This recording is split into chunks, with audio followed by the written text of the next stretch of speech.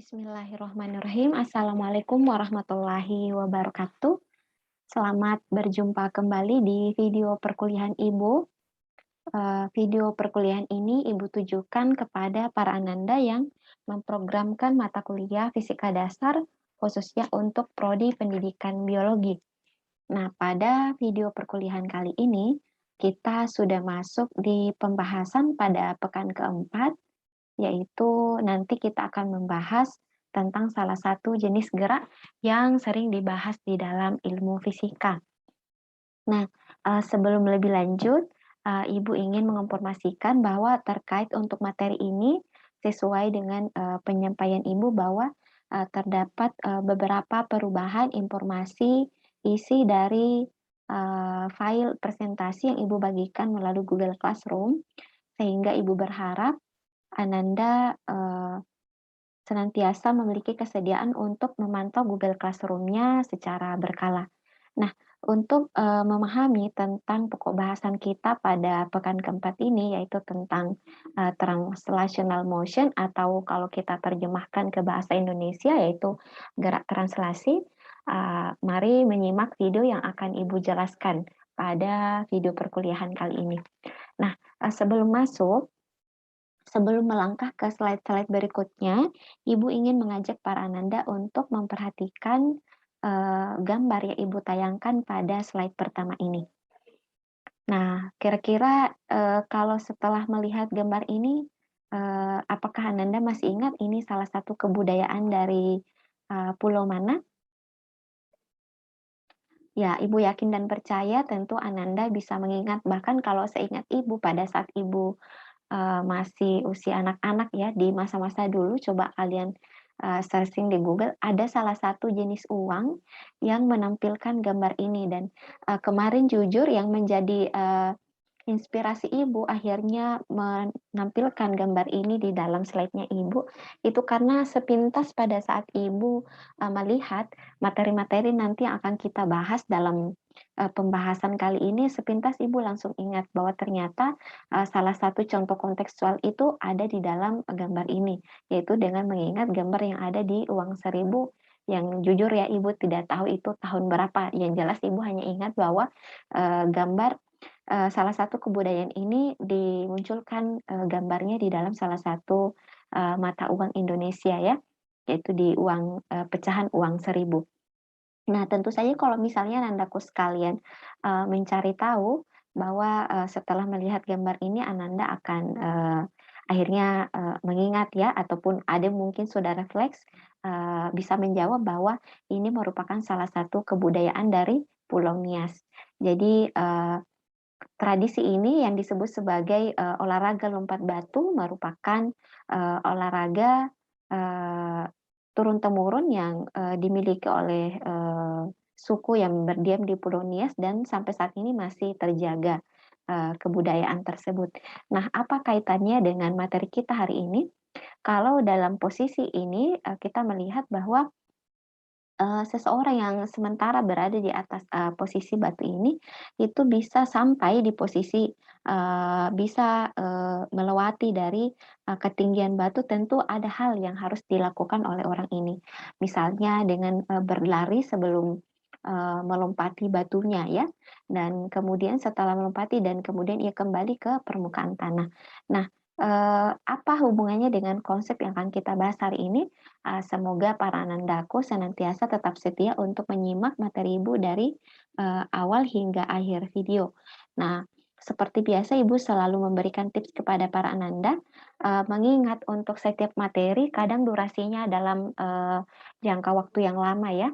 Ada yang sejam, ada yang 2 jam, atau mungkin ada yang sekitar hanya 40 menitan. Ibu berharap ananda menyesuaikan dengan kondisi masing-masing. Jika memang nyamannya bisa menyimak dalam satu waktu sekaligus, itu lebih baik lagi.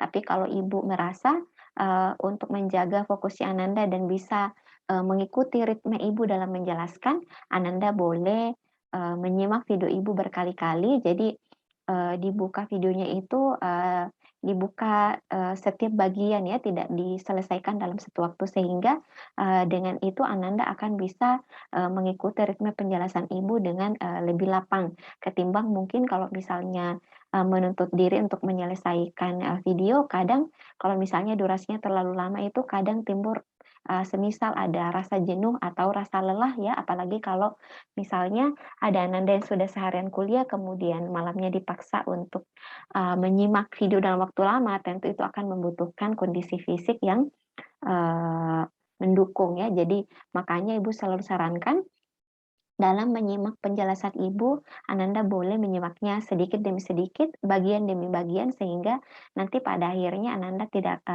akhirnya akan, tidak menyadari bahwa satu bagian video ibu telah Ananda selesaikan secara, keseluruhan. Oke, baik, Ibu mau menjelaskan dulu, beberapa poin yang akan kita bahas pada pembahasan kali ini, itu ada 5 bagian ya. Jadi yang pertama, kita karena ini berkaitan dengan gerak, supaya nanti Ananda bisa memiliki dasar yang pemahaman yang kuat, ya, salah satu materi awal yang Ibu cantumkan dalam penjelasan ini adalah tentang konsep gerak dalam fisika. Jadi, kita perlu, mereview ya, mereview, konsep, gerak atau makna gerak dalam fisika sehingga kita memiliki persepsi yang sama, sebelum melangkah ke materi-materi yang sifatnya lanjutan. Kemudian, setelah di poin 1 kita membahas konsep gerak secara umum, nanti kita akan mulai mengkhusus pada, pembahasan tentang gerak translasi. Nah, setelah memahami 2 konsep dasar inilah yang akan kita terapkan ke dalam, 3 contoh yang Ibu akan sajikan dalam video perkuliahan kali ini. Kalau misalnya Ananda, menyimak di buku ya, di buku rujukan Ibu sebenarnya itu ada sampai, 7 atau 8 poin, tapi Ibu anggap, 3 contoh ini yang, kontekstual untuk, kehidupan Ananda ya dan, Ibu rasa ini, eee, cukup mudah, bagi Ibu ya, semoga saja, demikian juga adanya dengan Ananda, cukup mudah insya Allah Ananda pahami setelah, Ibu menjelaskan materi-materi, yang terkait dengan konsep dasar sebelum memahami aplikasi dari, 2, materi konsep ini terhadap 3 contoh yang akan kita bahas, selanjutnya. Nah, sebelum lanjut, ada informasi tambahan yang Ibu ingin berikan kepada Anandaku sekalian, bahwa, mungkin di pertemuan awal Ananda masih ingat bahwa yang Ibu perkenalkan judul bukunya, itu adalah yang berada di sisi kiri ini ya. Nah, ini sepintas, awalnya Ibu tidak menganggap pada saat Ibu mencoba mendownload edisi revisinya, jadi ini yang keluaran tahun 2019, sementara ini kalau tidak salah dia keluar tahun 2008 atau 2009, yang jelas di antara tahun ini.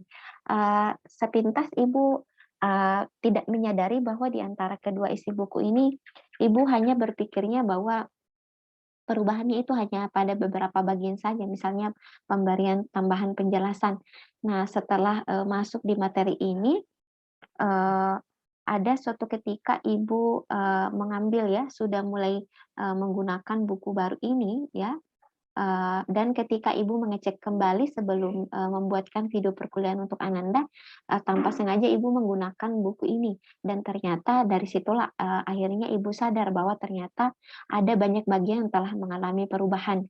Nah sehingga, Ibu berharap melalui pertemuan atau pembahasan kali ini Nanda khusus untuk terkait sumber rujukan bagi Ananda yang sudah terlanjur, mendownload yang versi yang pertama ya, yang Ibu berikan, semoga berkenan untuk mencari versi terbarunya karena, sama ya namanya ilmu pengetahuan ya kita harus selalu terbiasa untuk terbuka menerima pembaruan. Jadi karena sudah ada di edisi revisinya, Ibu berharap, Ananda bersedia untuk, segera, mencari sumber literatur yang terbaru yaitu yang Ibu tampilkan pada gambar sisi kanan ini. Karena, itu tadi, Ibu melihat ternyata memang ada beberapa bagian perubahan informasi, walaupun sebenarnya untuk persamaan-persamaannya itu secara umum sama, tapi ada beberapa tetapan yang diperbarui dalam, buku, pada edisi revisi ini pada tahun 2019. Mungkin itu. Jadi, salah satu alasan sebenarnya Sehingga kemarin ada, perubahan isi slide presentasi Ibu karena, mohon maaf Nanda ya, Ibu baru memperhatikan dengan teliti bahwa ternyata memang ada, banyak perubahan yang dilakukan revisinya pada edisi yang terbaru ini. Semoga Nanda bisa segera, beradaptasi ya untuk, sumber rujukan terbaru kita. Nah, seperti biasa, Ananda telah bisa mengecek di Google Classroom bahwa Ibu telah menyediakan, eee cek pemahaman awal di Google Classroom, yang di mana sebenarnya di tes, cek pemahaman awal itu, menggambarkan materi-materi apa yang Ibu harapkan Ananda telah miliki.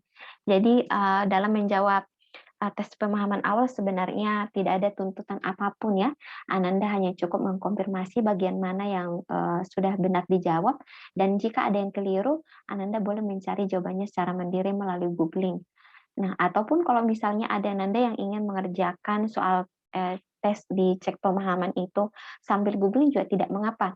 Minimal nanti pada saat Ananda, menjawab soal-soal yang ada di sana dan Ananda tahu mana jawaban yang tepat, nah di situ, akan membekali Ananda, dasar-dasar pengetahuan yang harusnya Ananda telah miliki sebelum, masuk ke dalam, materi ini. Baik untuk gerak, translasi ada beberapa poin yang, Ibu ingin, mengingatkan kepada Ananda untuk direview kembali, materinya, terkait dengan ilmu fisika. Nah, apa yang hilang kali ini dari, pengetahuan prasyarat Ibu biasanya pada materi 1 dan 2 itu kemarin Ibu selain mencantumkan ilmu fisika, juga mencantumkan, ilmu biologi. Nah, mungkin kali ini Ananda, bertanya, "Ilmu biologinya apa Bu yang harus diperkuat?" Nah, untuk yang bisa diperkuat sebelum masuk di materi ini, cukup mereview kembali, pengetahuan dasar atau pengetahuan prasyarat yang ada pada pembahasan bab 1 dengan, bab 2 ya. Jadi, kalau di bab 1 kan ini masuk di materi pekan kedua, sementara bab 2 masuk di materi pekan, ketiga. Jadi silakan Anda lihat termasuk tentang, kerja otot ya, karena kalau Ananda sudah memahami itu berarti sudah punya dasar secara biologinya karena, untuk nanti materi ini akan masih dikaitkan dengan, sistem gerak pada tubuh ya. Nah, sementara untuk di fisikanya ada beberapa yang diulangi dan ada pula yang baru. Jadi, kalau, yang baru ya, yaitu tentang konsep gerak itu sendiri, kemudian, persamaan pada GLB dan GLBB, ya Ibu yakin dan percaya ya, walaupun Ananda waktu SMA tidak mengambil, jurusan IPA ya, kekhususan IPA, materi GLB, GLBB ini sebenarnya telah, Anandaku sekalian dapatkan materinya pada saat menerima materi IPA terpadu di, jenjang SMP ya. Jadi Ibu berharap tentang gerak lurus beraturan dan gerak lurus berubah beraturan, untuk persamaan-persamaan yang berlaku pada kedua jenis gerak ini, Ananda bisa mencarinya secara mandiri. Nah, untuk lebih mengetes itu ya silakan, mengecek, ingatan Ananda. Ananda ya seperti biasa Ibu selalu sarankan agar sebelum menyimak video perkuliahan Ibu, mulailah dulu dengan, mengerjakan cek pemahaman awal.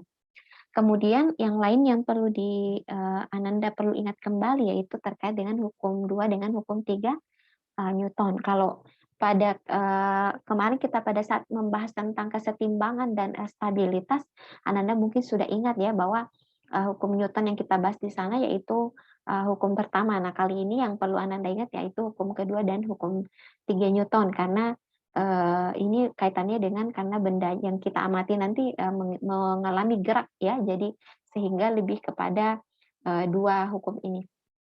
Kemudian besaran-besaran pada gerak lurus, eee kalau misalnya Ananda memperhatikan slide presentasi Ibu sebelum menyimak video, ada di slide slide ke berapa ya Ibu tidak terlalu ingat, tapi ada satu slide yang memang Ibu cantumkan istilah-istilah, besaran-besaran yang berlaku pada, gerak lurus. Nah mungkin, Ananda sepintas akan bilang, apakah ini menandakan bahwa gerak translasi itu sama dengan gerak lurus, mengingat yang Ibu sering sebut istilahnya itu adalah gerak lurus. Nah, untuk memahami itu nanti sebentar kita akan bahas lebih lanjut. Kemudian, yang perlu Ananda review untuk materi-materi pada jenjang SMA yaitu, konsep energi kinetik dan konsep energi potensial. Jadi Ananda, Ibu berharap mengingat kembali kapan benda dikatakan memiliki energi kinetik dan kapan memiliki energi potensial. Kemudian yang terakhir adalah terkait dengan gerak parabola. Jadi dari 6 pengetahuan prasyarat yang Ibu sampaikan pada kolom ini sebenarnya Ananda tidak harus menguasai dari A sampai Z setiap bagian dari keenam pokok bahasan ini ya, tapi ada bagian-bagian tertentu yang nanti akan kita butuhkan dasar-dasarnya yang kita butuhkan pada saat membahas tentang gerak translasi ini. Nah, yang terakhir yang ingin Ibu sampaikan kepada Nanda, untuk aturan matematis yang nanti akan kita butuhkan karena di dalam pembahasan kali ini Ibu akan langsung mengajak Ananda ya untuk mendemonstrasikan, menurunkan persamaan-persamaan yang akan kita gunakan pada 3 contoh ya yang tadi Ibu sudah sebutkan, yang ini, yang untuk materi 3, 4, dan 5 itu ada persamaan-persamaan yang kita perlu buat secara spesifik di bagian kedua sehingga membutuhkan aturan matematis tertentu. Nah, saran Ibu yang perlu kalian ingat untuk perkalian pemfaktoran ya, jadi ketika Ananda menemukan perkalian di mana A ditambah B dikalikan dengan A kurang B, itu sama dengan dalam aturan matematika kita akan peroleh A kuadrat dikurangi B kuadrat. Kalau untuk materi ini itu di materi apa, di matematika, tapi Ibu yakin dan percaya untuk konsep di matematika ini para anak-anak sudah pernah ini ya mendapatkan teorinya karena sama ya, kalaupun tidak menerima materinya di SMA, Ibu ingat bahwa materi untuk perkalian faktorial juga berada di jenjang SMP. Jadi semoga, tapi untuk pada bagian ini cukup Ananda mencoba mengingat ini asasnya. Jadi ketika A ditambah B dikalikan dengan A dikurang B, maka hasil matematisnya itu tidak lain adalah A pangkat 2 dikurangi B pangkat 2. Nah, untuk mengefisienkan waktu, mari kita mulai membahas satu persatu sesuai dengan uraian materi yang telah disampaikan tadi di dalam di slide-slide awal. Nah, sebelum masuk di pembahasan inti ya, Ibu ingin mengajak Ananda untuk walaupun sebenarnya ini sudah direview materinya ya melalui cek pemahaman awal, tapi pada slide-slide ini Ibu ingin mengajak Ananda untuk dibahas secara bersama melalui penjelasan Ibu tentang pengetahuan prasyarat tadi. Nah, tadi Ibu sudah mengingatkan atau memberikan informasi bahwa yang perlu diingat pada pembahasan kali ini yaitu utamanya pada hukum 2 dan hukum ketiga Newton. Jadi kalau pada hukum kedua Newton ya kita memaknai bahwa jika terdapat jumlah gaya yang bekerja pada benda, maka benda tersebut akan mengalami percepatan. Jadi jika ada gaya yang diberikan kepada sebuah benda ya dan melebihi dari sifat kelembamannya, maka benda tersebut akan mengalami percepatan. Nah, persamaan hukum kedua Newton kita kenal dengan persamaan sigma F sama dengan M dikali A. Jadi di mana sigma ini merupakan lambang dari jumlah atau resultan.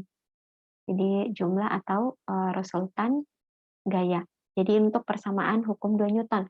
Kemudian untuk masuk di hukum ketiga Newton, ketika Ananda mungkin sudah tahu ya bahwa yang kata kunci untuk memahami hukum 3 Newton adalah ketika kita memberikan gaya pada sebuah benda, maka benda itu akan memberikan gaya yang sama besarnya terhadap kita, namun arahnya berlawanan. Nah, ini kalau kita rumuskan secara matematis dirumuskan F aksi atau F aksi ini menunjukkan kita memberikan gaya pada suatu objek atau pada suatu benda, maka benda tersebut akan memberikan gaya reaksi kepada kita yang besarnya sama namun arahnya berlawanan. Jadi misalnya kalau kita mendorong, misalnya ada lemari yang diam ya, jadi kita memberikan gaya pada permukaan lemarinya, maka permukaan lemari ini akan memberikan gaya balik kepada kita yang besarnya sama dengan gaya yang kita berikan. Jadi F1 sama dengan F2 namun arahnya berlawanan sehingga diberikan tanda negatif. Nah, itu untuk hukum Newton. Kemudian selain tadi mengingat kembali tentang hukum Newton, ada istilah energi ya, dua energi yang akan sangat berperan dan sangat penting kita maknai dalam sebelum membahas materi pertemuan kali ini, yaitu terkait dengan energi kinetik. Jadi pada beberapa buku melambangkannya dengan Eka, dan energi potensial dalam kurung atau biasanya dilambangkan dengan EP. Nah, Ananda, saat ini Ibu menyajikan 2 buah gambar ya, walaupun sebenarnya Ibu satukan ya, ada permukaan tanah yang sama, Ibu bagi dulu ke dalam 2 bagian agar nampak, terpisah ya. Jadi ada bagian A, ada bagian B. Nah, tentu Ananda sudah bisa menebak ya, apalagi, yang sebelumnya sudah pernah sempat diskusi dengan Ibu bahwa antara gambar A dengan gambar B ketika kita diminta untuk menentukan mana yang lebih mendekati gambar untuk mendefinisikan antara energi kinetik dengan energi potensial, maka tentu kita sudah memahami ya bahwa gambar A ini cocoknya adalah untuk menggambarkan tentang konsep energi kinetik, kemudian pada bagian B untuk menggambarkan tentang konsep energi potensial. Nah, di mana kita mengetahui bahwa energi kinetik ini adalah energi yang dimiliki oleh sebuah benda yang bergerak. Jadi kata kuncinya adalah benda yang bergerak. Jadi ketika sebuah benda memiliki mengalami pergerakan ya atau bergerak ya, berarti bisa dikatakan bahwa benda tersebut memiliki energi kinetik. Nah, jadi karena dia bergerak tentu memiliki nilai kecepatan. Jadi karena dia bergerak tentu memiliki nilai kecepatan, sehingga kalau Ananda melihat kembali untuk mendapatkan nilai energi kinetik atau EK itu dirumuskan sama dengan 1/2 m kuadrat. Nah, ya, dari persamaan ini kita bisa memahami bahwa energi kinetik ini dipengaruhi oleh nilai massa pada benda yang satunya kilogram dan nilai kecepatan yang satuannya tidak adalah meter per second ya. Jadi mungkin sepintas Ananda akan mulai bertanya, Bu, jadi kalau misalnya apelnya jatuh ke bawah ini kan dia bergerak, berarti apakah dia memiliki energi kinetik? Ya iya tentu. Tapi untuk pada pembahasan ini Ibu ingin mengajak Ananda dulu untuk menyimak untuk menanggapi untuk di bagian sisi konsep potensialnya ya. Jadi sebelum buah apel ini jatuh Ibu pause dulu ya. Oh, ternyata ini nggak bisa di-pause. Ibu masuk dulu di laman PPT-nya biar Ibu pause dulu sebentar.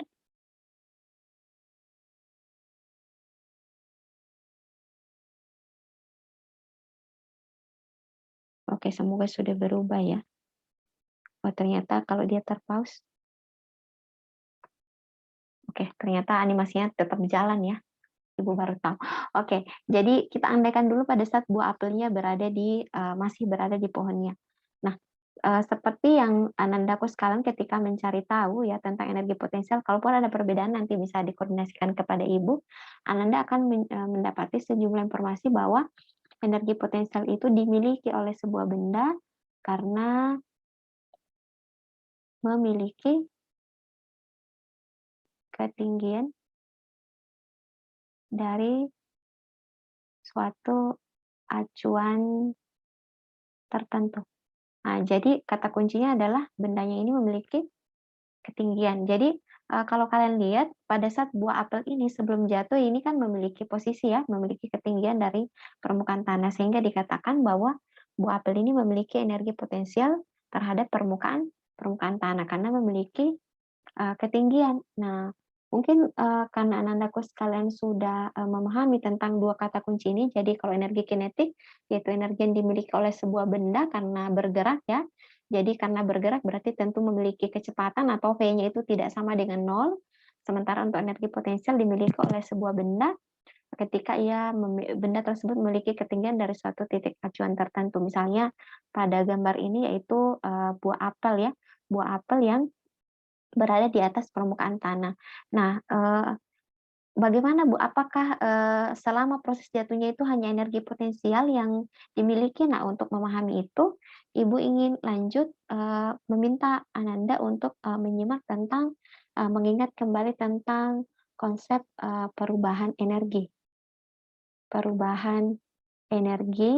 dan, tentang konsep hukum kekekalan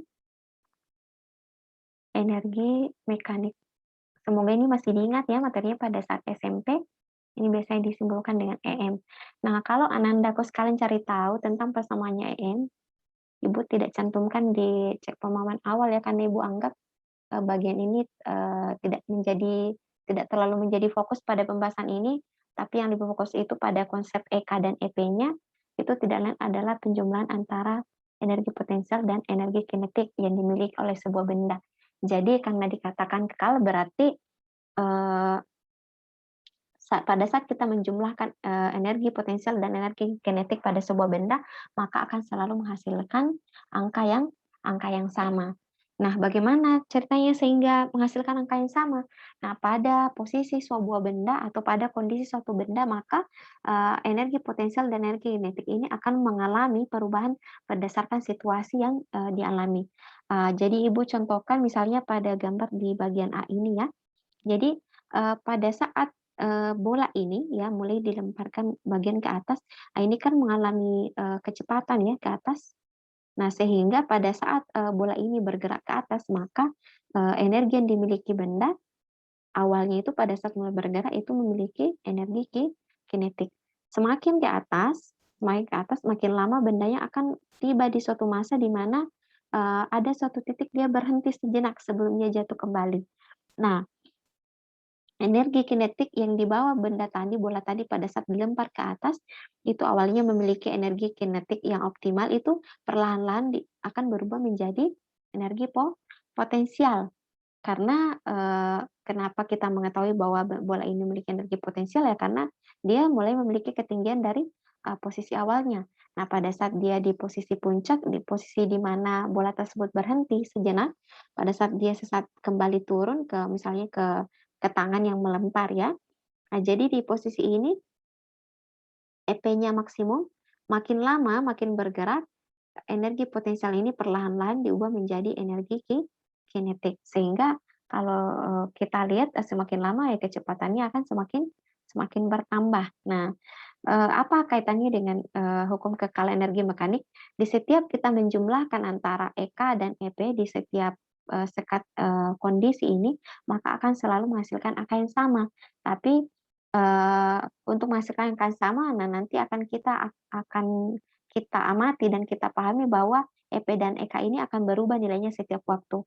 Ketika EP-nya naik, berarti EK-nya kemungkinan akan turun. Demikian pula sebaliknya, ketika EK-nya meningkat, maka kemungkinan EP-nya akan mengalami, penurunan. Jadi, semoga dengan konsep tadi ini bisa memberikan, apa sih namanya, pemahaman, bagi Ananda tentang konsep yang berkaitan dengan energi potensial dan energi kinetik. Nah, untuk, lebih memahami, Ibu menampilkan gambar kedua ya, yaitu, salah satu bagian dari, roller coaster ya. Jadi pada saat sebelum, jadi ini kan awalnya kan dia di lintasan yang di sini ya misalnya. Jadi pada saat dia di puncak yang, misalnya Ibu tanda dulu supaya lebih mudah, ini puncak B, ini puncak A. Pada saat dia di puncak A, ini kan di sini memiliki titik tertinggi ya, jadi kita katakan bahwa di sini energi potensialnya itu, maksimum ya, karena dia memiliki di ketinggian puncaknya. Nah, lama-kelamaan roller coaster-nya ini kan bergerak ke bawah. Nah, jadi akan ada perubahan. Jadi, akan ada perubahan dari energi potensial perlahan-lahan menjadi energi kinetik, sehingga pada saat ia turun, nah inilah yang kemudian energi kinetik ini pada saat di titik bawah, di mana EK-nya sudah maksimum karena semua energi potensial telah diubah menjadi energi kinetik inilah yang akan digunakan kembali oleh si roller coaster untuk, apa sih namanya, melalui jalur ya, jalur roller coaster-nya untuk menuju ke ketinggian berikutnya. Nah, pada saat dia dari, posisi ini yang paling bawah ini EK-nya maksimum, perlahan-lahan EK-nya semakin naik, EK-nya semakin berkurang. Namun pada saat EK-nya berkurang, maka itu menandakan bahwa karena dia menuju pada ketinggian yang lebih besar, maka saat EK-nya kurang ya tentu akan konsekuensinya adalah EP-nya semakin bertambah. Nah, karena ketinggiannya semakin lama semakin bertambah. Nah, pada saat dia berada di puncak B, sama tadi kasusnya pada di puncak A, di posisi B ini EP-nya maksimum ya karena berada di puncak, lama-kelamaan EP maksimum ini akan kembali semakin lama semakin berkurang dan diubah menjadi energi kinetik. Demikianlah seterusnya. Jadi sama nanti pada yang berlaku pada pelompat batu ya, lompat batu di Pulau Nias tadi, sebelum meloncati batunya ketika ia berlari, pada saat ia berlari kan berarti ia memiliki energi kinetik. Nah, untuk bisa melompati batunya, perlahan-lahan energi kinetiknya itu akan diubah menjadi energi potensial. Namun untuk pembahasan itu nanti kita akan bahas di bagian tertentu dan kita langsung kaitkan dengan persamaan yang diberlakukan. Semoga untuk penjelasan awal terkait dengan energi potensial dan energi kinetik Anda sudah bisa memahami ya sampai sini. Untuk yang terakhir, pengetahuan prasyarat yang perlu Anda ingat kembali yaitu berkaitan dengan gerak parabola. Jadi yang Ibu ingin minta kalian memperhatikan untuk gerak parabola yaitu jarak untuk mencari jangkauan maksimum pada saat suatu benda bergerak secara ini ya, secara mengalami gerak proyektil atau gerak parabola. Nah, untuk menentukan X massnya, Anandaku sekalian bisa melihat persamaan yang berada di poin 5, bahwa untuk menentukan jarak maksimum yang bisa ditempuh ya, yang bisa ditempuh bendanya pada saat ia ditembakkan dari titik awalnya, itu dicari dengan persamaan X max sama dengan P0 kuadrat sin 2 theta per G. Nah, ini nanti akan kita gunakan dalam salah satu pembahasan kita hari ini. Baik, mungkin itu saja untuk pengantar Ibu di bagian pengetahuan prasyarat. Kalau ada pertanyaan, boleh dicantumkan melalui kolom komentar di kanal YouTube Ibu ataupun melalui Google Classroom. Nah, sekarang kita masuk di konsep gerak. Jadi pembahasan pertama yang akan kita bahas yaitu kita mulai, tadi sesuai dengan penyampaian Ibu, kita mulai dari konsep gerak. Nah, silakan Anandaku sekalian memperhatikan gambar yang Ibu sajikan di dalam slide pertama terkait dengan konsep gerak. Pertanyaan dalam slide ini yaitu menurut Ananda, manakah yang bergerak di dalam dua kondisi ini, yaitu pada kondisi A dengan kondisi B. Nah, kita mulai dulu dari kondisi A. Tentu Ananda kalau dalam kondisi ini semoga Ananda paham ya bahwa adanya garis-garis panah ini menandakan bahwa ada sebuah mobil ya yang bergerak dari kejauhan kelamaan itu bergerak semakin mendekati kita sehingga volumenya nampak lebih besar menurut pandangan kita. Nah, jadi mobil ini berada di atas sebuah jalan ya, jalan poros ya atau jalan nasional ya.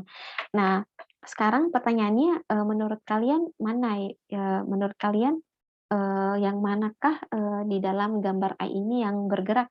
Nah, tentu Anandaku sekalian akan menjawab ya, Ibu yakin dan percaya Ananda akan sepakat bahwa yang kita anggap bergerak dalam gambar A adalah mobil. Nah, bisa jadi mungkin kalau Ibu bertanya apakah ada yang lain dalam gambar A yang bisa dikatakan bergerak? Nah, sebagian respon yang telah Ibu tanyakan gambar ini sebagian menjawabnya pohon. Nah, ternyata setelah Ibu tanya apa alasannya, ada yang tepat, ada juga yang tidak tepat. Nah, nanti untuk menunjukkan jawaban tepat setelah kalian menjawab pertanyaan ini, nanti kita akan masuk di konsep tentang gerak. Nah, sekarang kita menuju ke gambar B. Jadi kalau di gambar B, Ananda melihat ada sebuah pergerakan lintasan yang jalurnya itu ditandai dengan garis biru ya. Nah, jalur yang dilalui oleh seekor serangga ini ditandai dengan garis biru sehingga kita bisa menganggap bahwa pada kasus B yang bergerak itu adalah serangganya. Kalau dalam hal ini kita lihat itu merupakan sejenis kumbang ya, jenis kumbang yang merupakan kategori serangga kalau di ilmu biologi. Nah, sekarang untuk menentukan apakah jawaban kita sudah tepat atau tidak, mari kita memperhatikan penjelasan Ibu pada slide selanjutnya. Jadi di bagian ini dijelaskan bahwa dalam ilmu fisika benda dikatakan bergerak ya, benda dikatakan bergerak ketika atau apabila benda tersebut mengalami perubahan posisi terhadap suatu titik acuan. Jadi, kata kuncinya benda dikatakan bergerak adalah memiliki perubahan posisi terhadap titik acuan. Jadi ada 2 kata kunci, yaitu perubahan posisi dengan titik acuan, sehingga dikatakan suatu benda itu bergerak. Nah, Ananda boleh memperhatikan di dalam, gambar, sebuah bola ini ya, yang bergerak dari titik A ke titik B. Nah, bolanya kita katakan bergerak karena mengalami perubahan posisi, yaitu dari titik A menuju titik titik B. Nah, dari kalimat ini Ananda tentu sudah bisa, ini ya, eee, menebak bahwa yang menjadi titik acuannya kalau kita bilang dari titik A ke titik B, yang menjadi titik acuannya adalah titik titik A. Jadi karena bola ini mengalami perubahan posisi dari titik A menuju ke titik B, ya jadi pada saat bolanya berada di bagian titik B, nah ini, terlihat bahwa adanya perubahan posisi dari titik A sehingga dikatakan bahwa bola ini bergerak.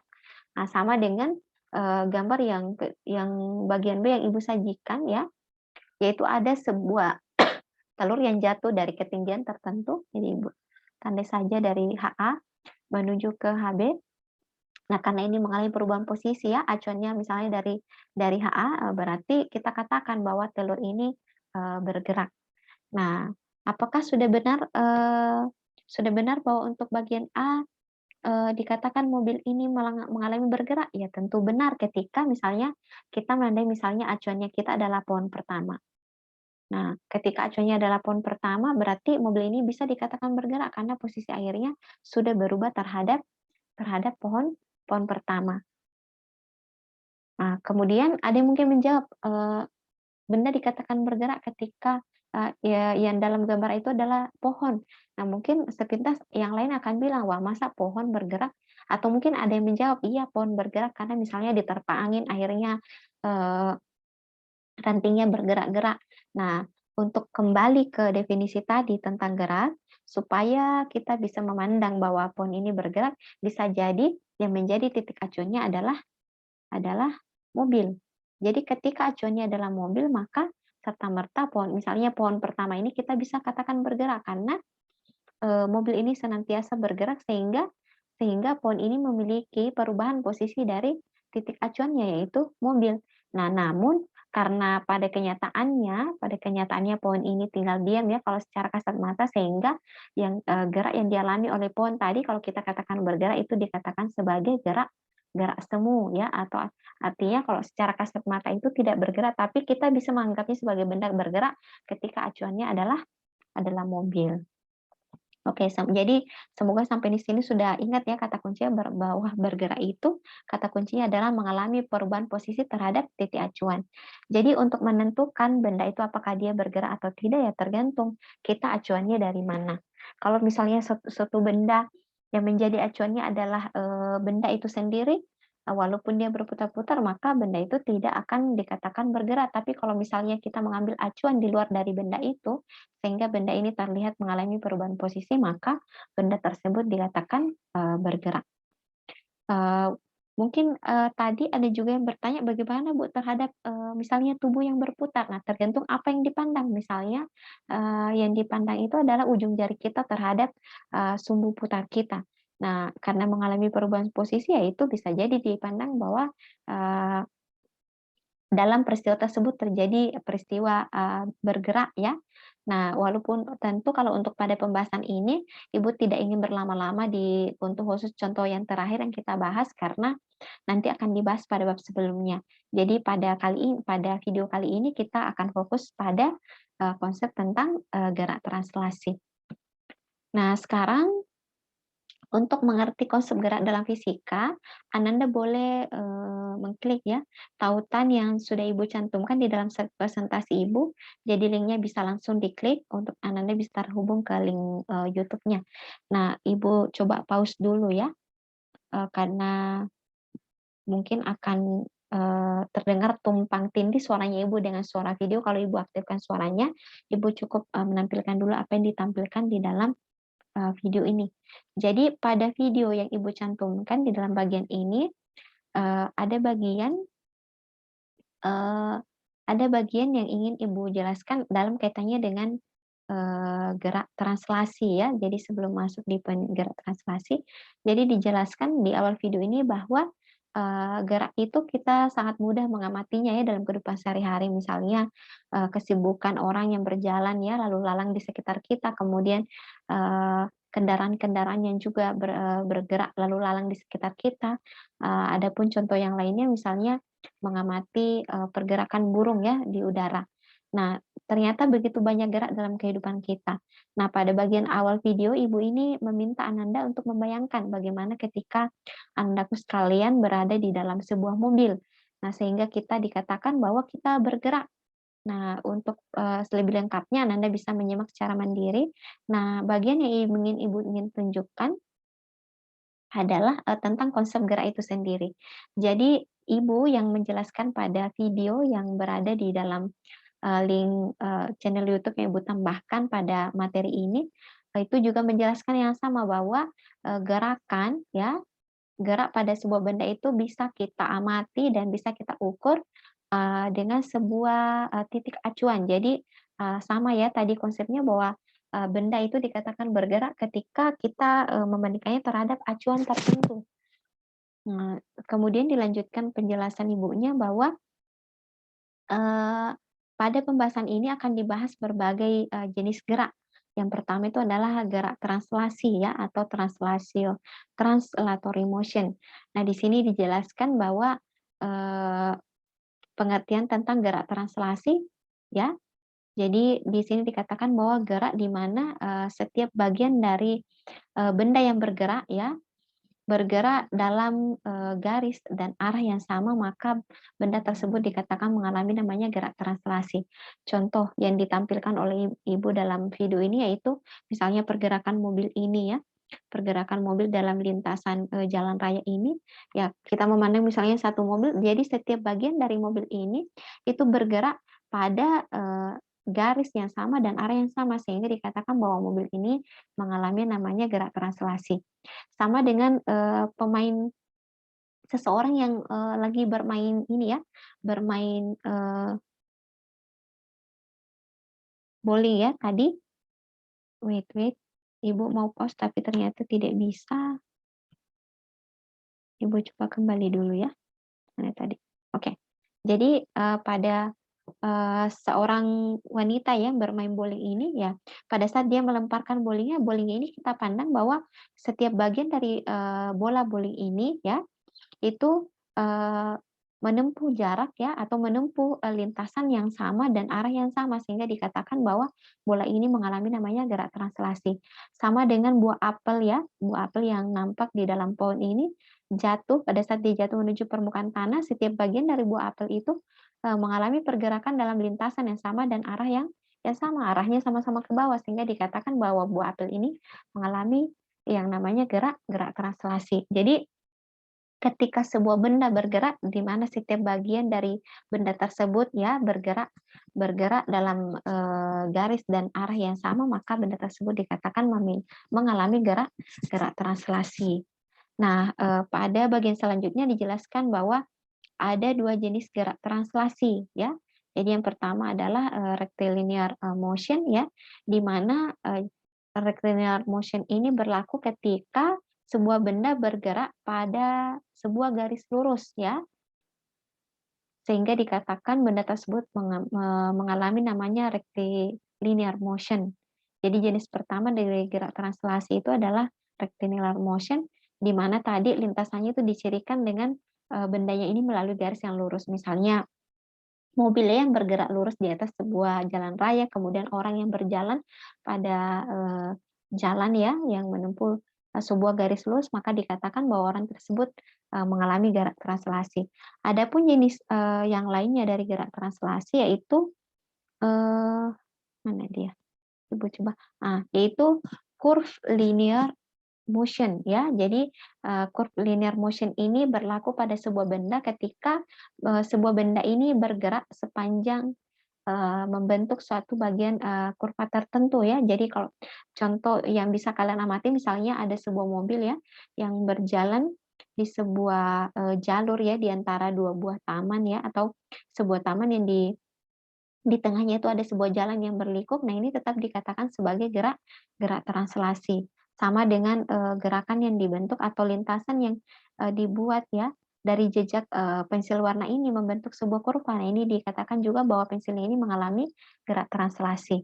Nah jadi dari, penjelasan ini, akhirnya kita bisa memahami bahwa gerak translasi itu, tidak harus lintasannya lurus ya, tapi yang menjadi syarat dalam gerak translasi adalah setiap bagian dari benda tersebut yang bergerak itu, mengalami, gerak dalam, garis yang sama atau arah yang sama, sehingga dikatakan, eee, mengalami gerak translasi.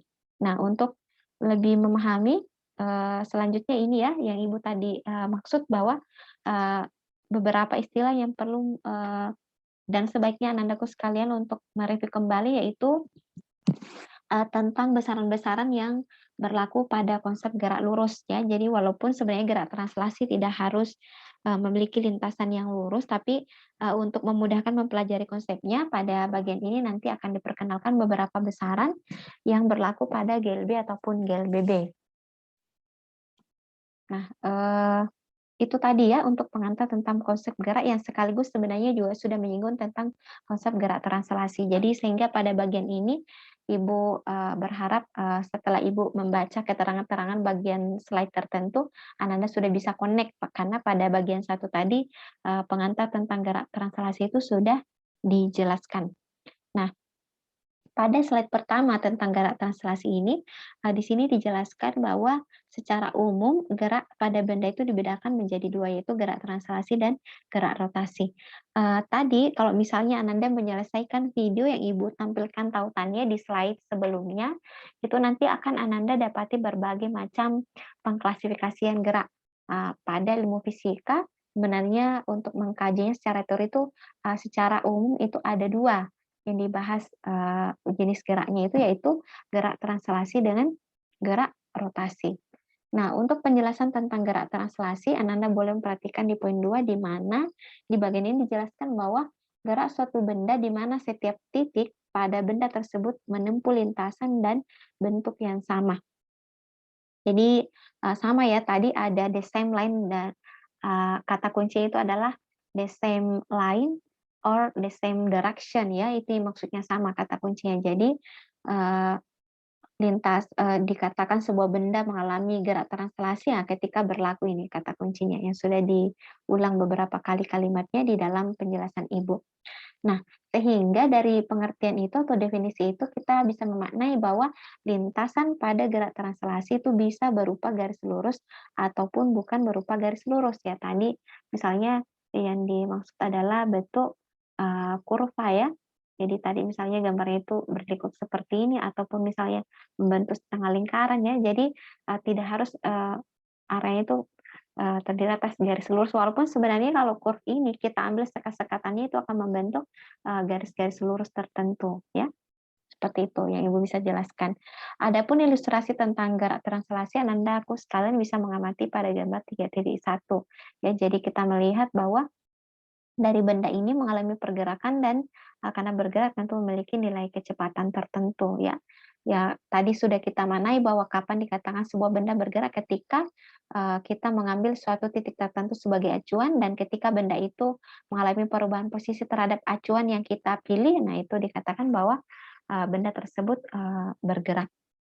Nah, untuk bagian ini, untuk gambar 32 sebenarnya ini menampilkan prototip dari benda yang mengalami, gerak rotasi, namun Ibu tidak ingin berlama-lama untuk penjelasan ini, karena untuk gerak rotasi sendiri akan dibahas pada, bab yang lain ya. Jadi Ibu skip saja ini, Ibu hanya tampilkan gambarnya bagaimana gerak rotasi ini, terjadi. Nah, yang Ibu ingin tekankan pada slide ini yaitu pada pernyataan 2. Jadi gerakan yang ditemui di alam itu, umumnya merupakan kombinasi antara gerak rotasi dan, translasi. Namun, pada pembahasan ini kita akan mencoba fokus dulu pada pembahasan tentang, gerak translasi ini. Salah ya, harusnya ini Ibu cantumkan di sini, gerak translasi. Jadi tadi kan definisi gerak translasi sudah dijelaskan ya pada bagian sebelumnya. Nah sekarang kita mulai masuk di persamaan-persamaan yang akan nanti kita gunakan pada pembahasan-pembahasan berikutnya. Jadi persamaan pertama yang kita bahas, yaitu persamaan pada yang berlaku pada GLBB. Nah, kenapa kita tahu bahwa berlaku pada GLBB ya karena cirinya ini ditandai dengan adanya percepatan yang konstan. Nah, percepatan konstan itu merupakan ciri yang berlaku pada gerak lurus berubah beraturan. Jadi dari salah satu persamaan pada GLBB ya kita mengetahui bahwa persamaan yang berlaku itu yaitu dituangkan dalam persamaan satu ini yaitu sama dengan V0 ditambah AT, di mana V0 ini merupakan kecepatan awal ya.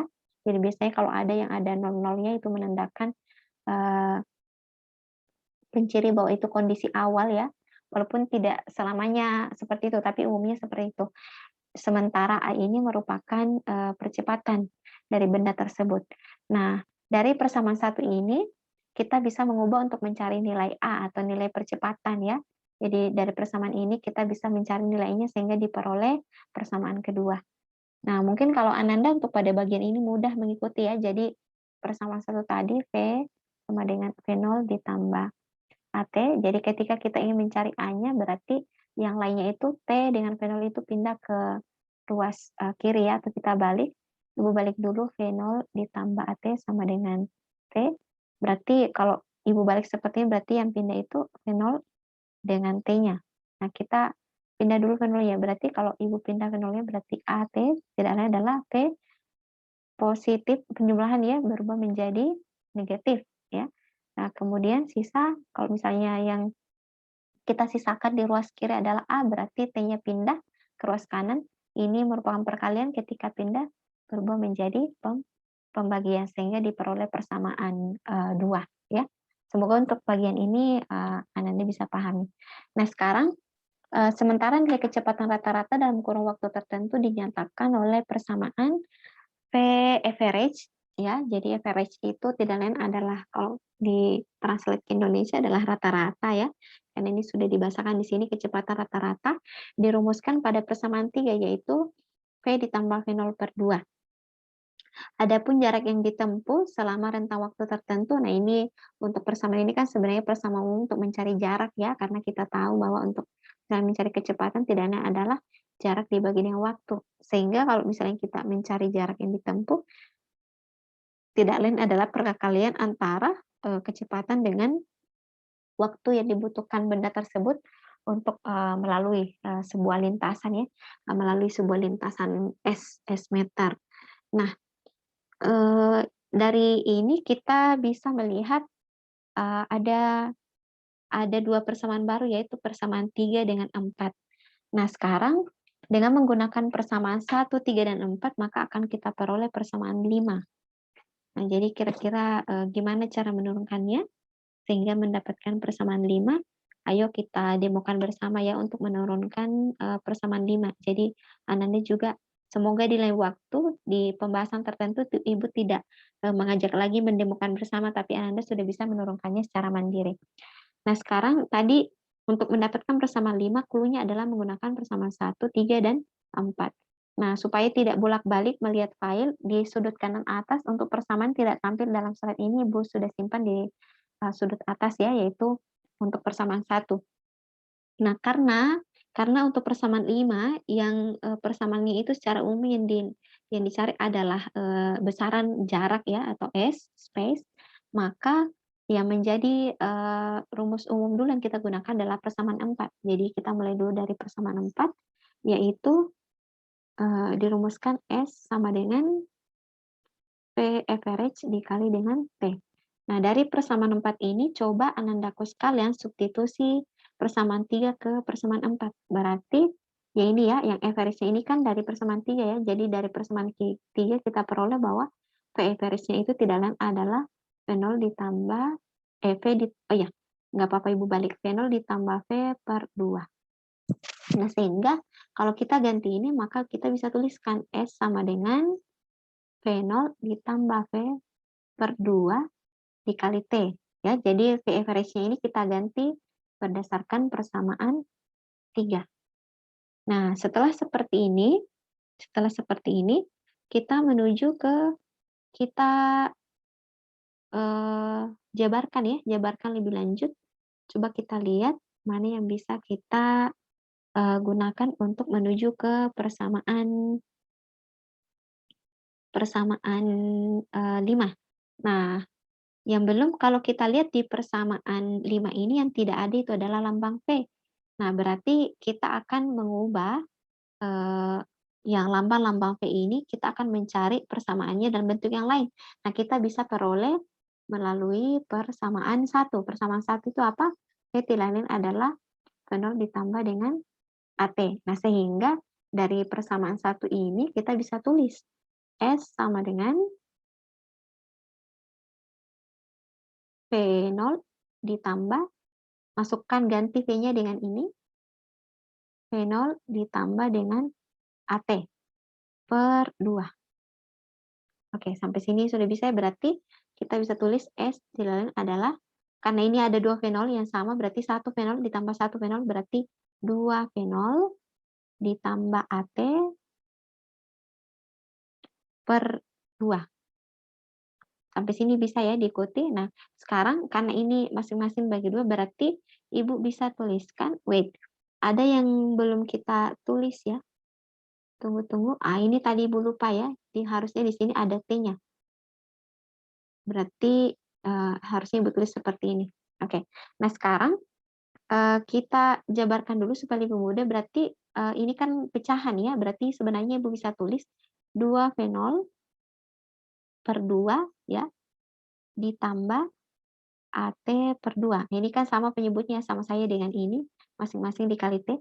Nah, kalau di aturan matematika kan pada perkalian rumput seperti ini, berarti kita mengalihkan T ini ke masing-masing ruas, berarti S tidak lain adalah sebelum mengalihkannya dengan T, coba lihat untuk 2 fenol per 2 kan ini bisa kita coret ya, berarti sisa fenol. Berarti, kita kalikan T, jadi T ini kita kalikan dengan fenol, berarti Ibu tulis fenol dikali T ditambah sama di ruas kedua, T kalau kita kalikan berarti dia menjadi AT dikali T per 2.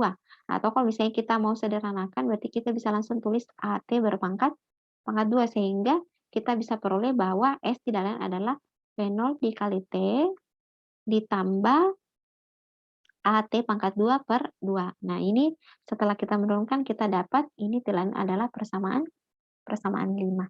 Kalau ada bagian yang tidak jelas nanti bisa dikoordinasikan kembali ke Ibu. Jadi, rumus-rumus inilah yang nanti kita akan gunakan sebagai dasar untuk nanti membahas di contoh pengaplikasian dari, persamaan-persamaan yang berlaku pada, gerak translasi. Nah, sekarang kita menuju ke, persamaan berikutnya. Persamaan berikutnya yaitu dengan mensubstitusi T sama dengan V dikurang V0 per A dari persamaan 1. Jadi ingat tadi kan harusnya Ibu cantumkan juga di tas sudut sana ya. Tadi kan ini ya persamaan 1 ya. Jadi kalau misalnya persamaan 1 biarlah Ibu tulis di sini. Persamaan 1 tadi tidak lain adalah V sama dengan V0 ditambah AT. Ketika kita mengubah persamaan ini, persamaan 1 ini, menjadi persamaan, untuk menentukan besaran T-nya, maka sama ya. Jadi yang bukan T berarti pindah ruas, berarti V0 pindah ruas dan A pindah ruas. Nah, sekarang yang kita pindah pertama adalah, kan ini positif ya, T, ini Ibu balik saja, jadi ini positif, T-nya, V0-nya dulu yang pindah. Kalau V0-nya pindah berarti Ibu tulis positif berubah menjadi negatif, kemudian kalau A-nya pindah ya, yang tadinya perkalian dia berubah menjadi pembagian. Nah, sehingga diperoleh ini nih. Jadi sama ya. Jadi T tidak adalah V dikurang V0 per A, sehingga diperoleh ini dari persamaan 1. Nah, kita diminta untuk mensubstitusi ke persamaan 5. Persamaan 5 yang mana? Yang ini. Nah, sekarang coba kita substitusi secara bersama. S tidak lain adalah V0 dikali T ditambah AT pangkat 2 per 2. Nah, kita substitusikan T-nya. Kalau Ibu sih, lebih cenderung untuk, membawa dulu keluar T-nya, jadi, supaya nanti tidak terlalu bingung untuk kalau misalnya Ibu langsung ganti ini ya, T-nya ke sini nanti akan terlalu rempong bentuknya, coba diikuti langkah Ibu. Nah, ini kan, di antara ruas ini, ruas yang kiri dengan kanan ini kan masing-masing ada T-nya ya. Berarti sebenarnya Ibu bisa tulis T V0 ditambah AT per 2, kan sebenarnya seperti itu ya. Jadi ketika sama tadi aturannya pada saat Ibu mengalihkan T, berarti kan ini T-nya T-nya dikalikan ke kedua ruas ya. Jadi sebenarnya, pada saat mereka disatukan ya bisa jadi mereka dipisahkan kalau misalnya memiliki faktor yang sama. Jadi karena yang faktor yang sama di sini adalah T, berarti Ibu bisa membuat T-nya sebagai pengalih secara umum ya. Karena kalau Ibu jabarkan ini kan sama saja ya, supaya ini tidak bingung, kalau misalnya Ibu jabarkan bagian ini berarti kan T dikali V0 berarti Ibu tulis VOT ditambah T dikali AT pangkat 2 berarti sama dengan AT pangkat 2 per 2. Kan sama saja ya, kembali ke rumus yang persamaan kelima. Jadi itulah alasan mengapa Ibu bisa mengeluarkan T-nya sebagai pengalih secara umum. Supaya tidak bingung, Ibu hapus dulu untuk sementara. Untuk hanya memperjelas saja tadi. Semoga bisa diikuti ritme Ibu menjelaskan. Ibu kembali mencoret ya.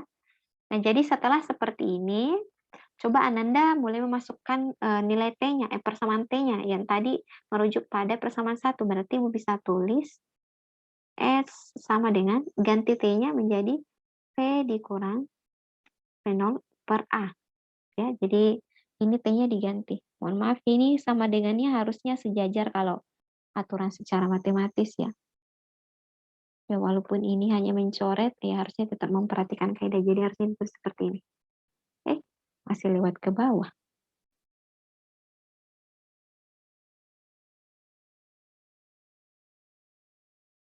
Oke, Ibu, kembali lanjutkan. Nah, sama dengan yang di bagian dalam ya. Jadi kita tuliskan V0 ditambah A, ganti T-nya dengan yang sama ya. Jadi Ibu bisa tuliskan tidak lain adalah V O. Ibu hampir lupa. Supaya lebih mudah, lebih baik ini juga dipisah ini. Jadi bisa kita tulis 1/2 V0 ya. Berarti sehingga Ibu bisa tulis di sini A per 2, jadi biar tidak mengganggu, V dikurang V0 per A. Nah, setelah kita ganti semua T-nya, kita lihat dulu yang mana yang bisa disederhanakan. Ibu ganti dulu warnanya biar bisa lebih mudah dilihat yang mana yang bisa disederhanakan. Coba kita lihat, untuk di ruas ini ada A ya, pengalinya berarti kita coret karena sama pembagiannya berarti ini menghasilkan 1. Berarti kita bisa tuliskan selanjutnya seperti ini. S tidak lain adalah, jadi warna merah, nggak apa-apa lah, sudah terlanjur. V dikurang V0 per A dalam kurung 1/2 V0. Nah, ini karena sisa ini ya, sisa yang ada itu adalah 1/2. Jadi 1/2 ini dikalikan masing-masing ke dalam faktor ini, berarti Ibu tulis ditambah 1/2 V dikurangi 1/2 V0. Wait, apakah ada yang keliru dari cara Ibu menjumlahkan? Tunggu ya. Oke, kita analisis dulu.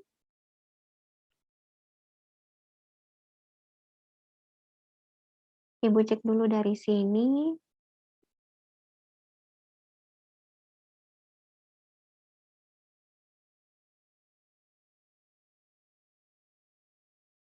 Wait. Oh, ini nih. Harusnya ini sampai di sini aja. Harusnya tidak Ibu tuliskan panjang ya. Jadi fenolnya ini sebenarnya berdiri sendiri nih. Berarti ini sebenarnya tidak ada 1/2-nya. Yang berlaku 1/2 hanya di bagian sini. 1/2 AT. Oke. Ibu sudah temukan, berarti untuk bagian ininya harusnya di sini tidak ada 1/2 ya, tapi yang ada hanyalah V0 saja, berarti Ibu tulis seperti ini. Nah, sekarang kita sederhanakan, lihat persamaannya bahwa ada 2 V0. Jadi ini kan sebenarnya kalau bilang V0 berarti sebenarnya ini adalah 1 ya. 1 V0 dikurangi 1/2 berarti kita bisa coret, berarti dia tersisa 1/2 V0 ya. Jadi karena V0-nya 1 dikurangi dengan setengah V0, ya berarti tersisa setengah V0. Berarti saat ini kita bisa tulis S sama dengan V dikurangi V0. Supaya memudahkan, coba lihat persamaan 6 ya. Di sini A dan S menyatu, berarti hanya ini untuk sementara kita pindah. Karena dia pembagian, kita pindah ruas, berarti menjadi perkalian. Berarti tersisa ini, V dikurang V0, supaya lebih memudahkan ya. Jadi Ibu coret dulu garis bawahnya. Ibu ketik kembali jadi seperti ini, hanya pindah ya, jadi yang pembagian berubah pindah ruas berubah menjadi perkalian, berarti Ibu tulis V dikurangi V0 dikali, ya kita sisakan yang tadi tersisa adalah, apa yang tersisa? Yang tersisa tadi adalah 1/2 V0 ditambah dengan 1/2 V. Nah, ingat, ada lagi sama-sama 1/2, berarti kalau sama-sama 1/2, sebenarnya Ibu bisa tulis AS tidak lain 1/2-nya Ibu bisa jadikan pengali secara umum di luar, berarti Ibu tulis V dikurangi V0 dikali 1/2 V0 ditambah dengan V. Oh, maaf, ini harusnya bukan V0 dikurangi V. Aduh. Ibu ganti dulu, mohon maaf ya, kadang terjadi kesalahan penulisan. Nah, ini ingat kita lihat di persamaannya itu antara AS itu, pengalinya itu adalah 2, berarti kita bisa menebak bahwa 2 itu tidak lain adalah karena 1/2 ini ketika kita pindah ke ruas kiri menjadi perkalian, sehingga kita bisa tuliskan 2AS tidak lain adalah, karena ini sudah pindah berarti ini kita, skip ya, berarti sisa V dikurangi V0 dikali dengan V0 ditambah, V. Nah, supaya untuk memudahkan ini masih ingat mungkin dengan persamaan matematis yang kita tadi sepakati di bagian awal ya. Nah, supaya ini, sama bentuknya, Ibu balik dulu yang bentuk kedua. Bentuk kedua itu bukan V0 ditambah V, tapi supaya sama, V0 ditambah V kan sama saja kalau Ibu tulis V ditambah V0. Nah, jadi sama-sama mulai dari V dengan V0. Ingat ketika dikalikan seperti ini ya, mungkin tadi masih ingat dengan rumus pada di bagian, pengetahuan awal ya. Aduh, jauh sekali Bu Blanka. Ini dia. Jadi ini kan sebenarnya sama bentuknya antara V ditambah V0 dikali dengan V dikurangi dengan V0. Nah, berarti kalau misalnya kita kalikan ini berarti kita bisa dapat bahwa sebenarnya ini sama dengan V pangkat 2 dikurangi V0 berpangkat pangkat 2. Sehingga kalau kita tadi kembali ke tempat semula, mana tadi penurunan persamaannya? Ini dia. Nah, berarti kita bisa tuliskan bahwa 2AS tidak lain adalah V pangkat 2 dikurangi V0 pangkat pangkat 2. Ingat, yang menjadi persamaan air itu adalah V2-nya. Berarti karena V2 mau disendirikan, berarti ini yang pindah ruas ke sebelah. Negatif berubah menjadi positif. Nah, sehingga kita peroleh bahwa V pangkat 2 tidak lain adalah V0 pangkat 2 ditambah dengan 2AS. Kenapa? Karena V0-nya tadi negatif pindah ruas menjadi positif sehingga diperoleh persamaan 6, dan inilah persamaan 6 yang nanti akan kita sering gunakan pada berbagai kasus. Nah, jadi di poin terakhir pada bagian ini diberikan penjelasan bahwa selanjutnya persamaan-persamaan tersebut utamanya tadi persamaan, kalau saya ingat Ibu melihat beberapa pengaplikasian persamaan itu banyakkan menggunakan persamaan 6, tapi nanti kalau ada tambahan nanti Ibu akan seperti biasa Nandaku sekalian untuk supaya tidak kembali ke slide semula, Nanda boleh melihat catatan yang Ibu cantumkan di sudut kanan atas untuk persamaan yang diperlukan untuk menurunkan persamaan itu. Nah, jadi di sini dijelaskan bahwa persamaan-persamaan tersebut akan diaplikasikan ke beberapa contoh kasus. Nah, contoh kasusnya tadi Ibu sudah sebutkan ada 3 ya di slide awal. Nah, pada umumnya kasus yang akan dibahas banyak berkaitan dengan peristiwa melompat. Meskipun di dalam peristiwa melompat kecepatan dari tubuh kadangkala tidak tetap, namun pada pembahasan ini mengasumsikan kecepatan bernilai tetap. Jadi pada saat kita melompat itu kecepatannya berubah ya, karena apalagi kalau misalnya melompat kan berarti semakin ke atas kecepatan kita semakin ini ya berkurang. Namun pada kondisi tertentu kecepatan ini diasumsikan bernilai tetap. Kita butuhkan untuk menyelesaikan masalah dengan memandangnya sebagai kasus yang sederhana. Jadi lagi-lagi Ibu selalu menjelaskan bahwa kadang dalam menyelesaikan persoalan fisika itu ada kondisi di mana kita buat sederhana untuk memudahkan memahami secara konsep. Baik, inilah untuk pengantar materi tentang terkait dengan gerak translasi yang Ibu jelaskan pada sampai pada bagian kedua. Kita selanjutnya akan masuk di bagian pengaplikasian dari persamaan ini yang Ibu cantumkan pada bagian 3. Nah, untuk pada bagian 3 ini Ibu sekat dulu videonya, silakan untuk penjelasan terkait dengan pengaplikasian persamaan-persamaan dasar tadi pada gerak translasi, Anda lanjutkan dengan menyimak video di bagian kedua. Ibu Ari dan ucapan terima kasih. Assalamualaikum warahmatullahi wabarakatuh.